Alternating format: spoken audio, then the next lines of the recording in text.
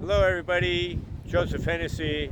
The name of the channel is The Children, and right on cue, here comes the airplane because it wouldn't be a children video without an airplane rumbling through it. So here we go. But anyway, the name of the channel is The Children. I am looking for pilots. No, I'm just kidding.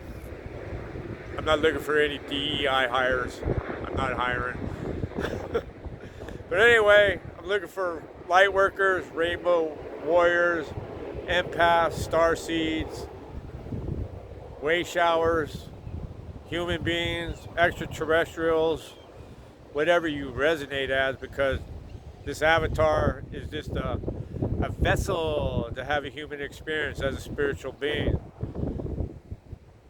You're here to help fix Mother Gaia and lead her to the fifth dimension if you resonate as being a starseed, as a light worker. You came here at this time, you chose to be here to help fix her. So that's what we're going to do, and we're winning slowly but surely. The battle is a spiritual war. It's not a bloody war, even though there is wars and there are people dying. It's just all part of the matrix coming to an end. So just believe better days are coming, because they are. So I just wanted to talk a little bit about signs and synchronicities. I talk about them every once in a while. It's very important, because if you're a starseed or a light worker, it's a way of the universe communicating with you with numbers, music, dates, and all different variations and forms.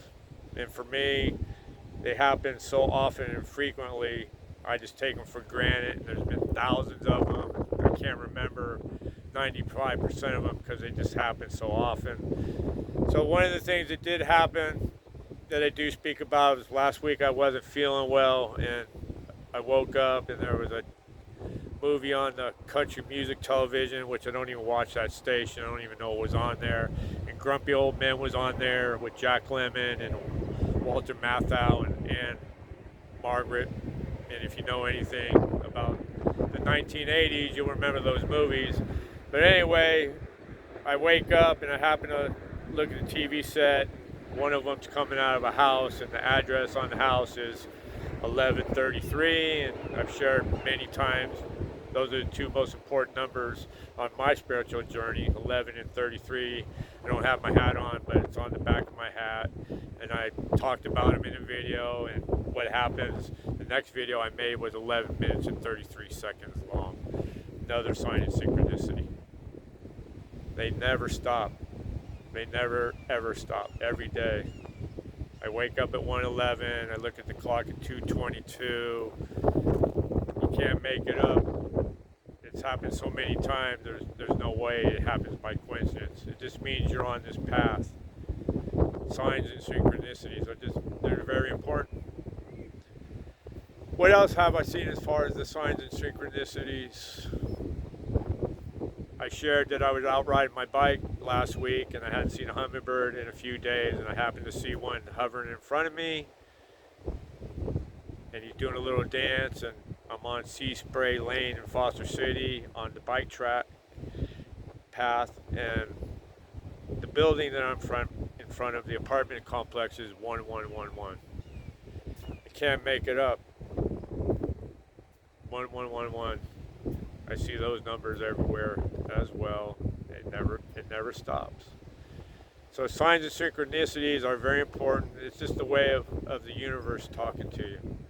I'll even be having thoughts listening to somebody speaking on YouTube, and all of a sudden they have the exact same thought I'm having at the same time. It's not by coincidence.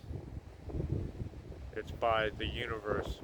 Like I shared before, when I was in the jail cell and got arrested, the kid I was in a jail cell with had the same birthday as me. Our moms had the same birthday.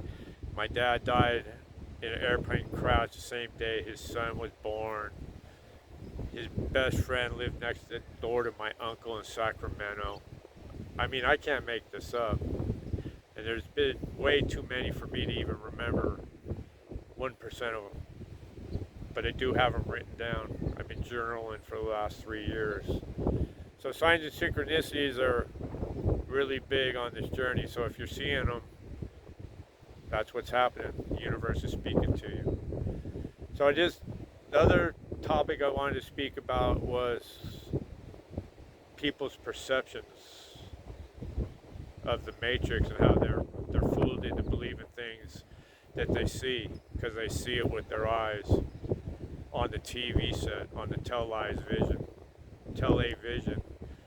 So I was speaking to a group of people the other day about 9/11, and I was trying to explain to them how there's no way two pieces of aluminum could knock down the World Trade Centers. It's physically impossible. The buildings were engineered for airplanes to hit them, and with the amount of structural steel that was in those buildings, there's no way that they could have fallen to the ground. They found some chemical formula in the debris that caused the metal to liquefy. Firemen are on camera saying that they heard explosions. There's films of no airplanes hitting the trade towers. There's pilots that say that there's no way that they could have maneuvered the airplanes the way they did, especially guys who couldn't even fly airplanes in the first place. At the Pentagon, they supposedly made a 270-degree maneuver and was able to take up a jumbo jet and hit it on the first floor. Imagine what they're saying would happen. That a guy who couldn't fly an airplane could take a jumbo jet and hit your house in your front yard. Yet there's no indents of any wing damage on the outside of the Pentagon, and they never found any bodies or aluminum. And 2 days before that, Dick Rumsfeld is on the television set saying there's $2 trillion missing from the Pentagon. And guess where the airplane allegedly hit? Right where all the paperwork was. And everybody forgot about that $2 trillion. So think about that. That was 2001. 23 years later, $2 trillion every year. There's your deficit. Right? So somebody tried to tell me I was delusional, which means I'm not very intelligent. And I'm a sheet metal worker, and I worked in a shop where we worked with structural steel at times. So I understand the concept of aluminum and structural steel. I saw a video clip where it showed the nose of the airplane coming out of the other side of the building. Well, if it exploded on impact, how did the nose of an airplane come out the other side of the building?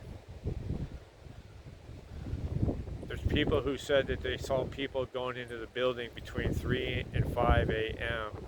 a couple of weeks before the buildings allegedly fell down.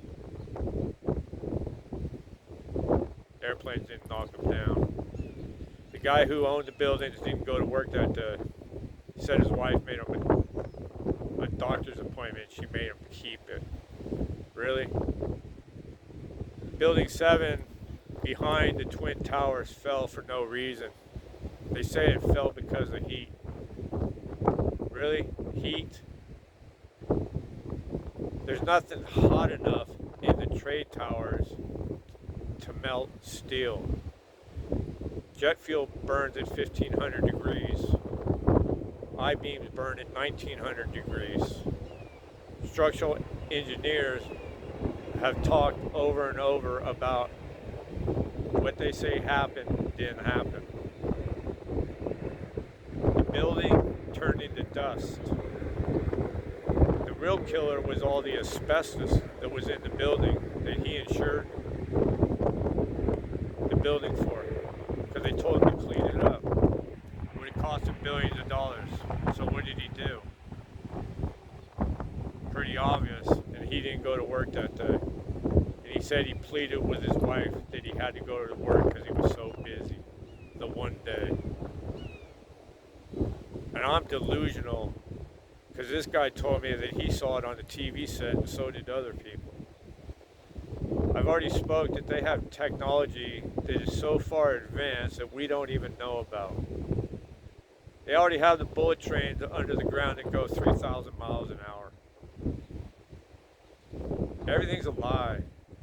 But I'm delusional.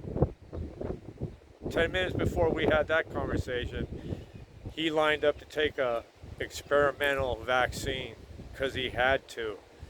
And I'm so tired of hearing people tell me that they had to. No, you didn't. You made a conscious decision to line up to take an experimental gene therapy.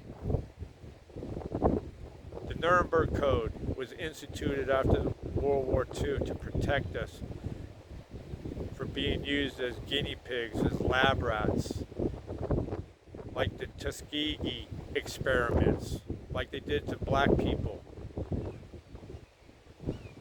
Government does not care about us.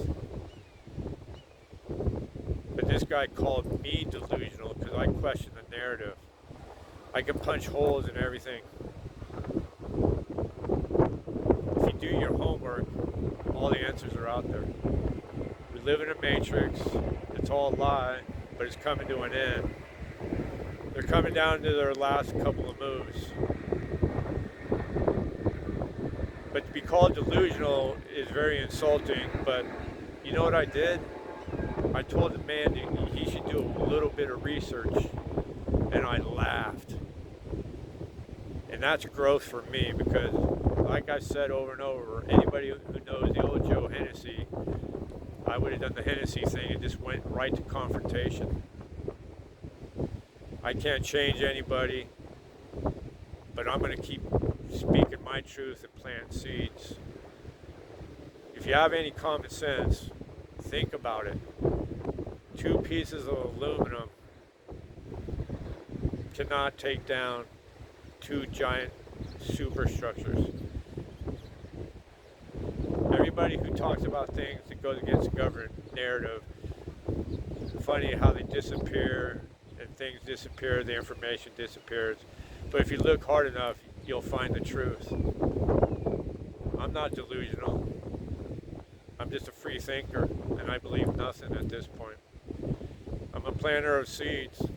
Go back and do your own homework. Do your own research. It means you can read. You can punch holes in all their narratives. The whole 9/11 thing was about spying on us, destroying the Middle East, and they almost succeeded. They had a plan to destroy 7 countries. They done 5, but they're done. We're waking up. So I'm delusional. No, I'm not. I just have a different perspective. And I don't judge anybody. And I'm not angry at that guy. He'll figure it out. And I'll never tell anybody I told you so. I just know so. Everybody have a fabulous day. Namaste.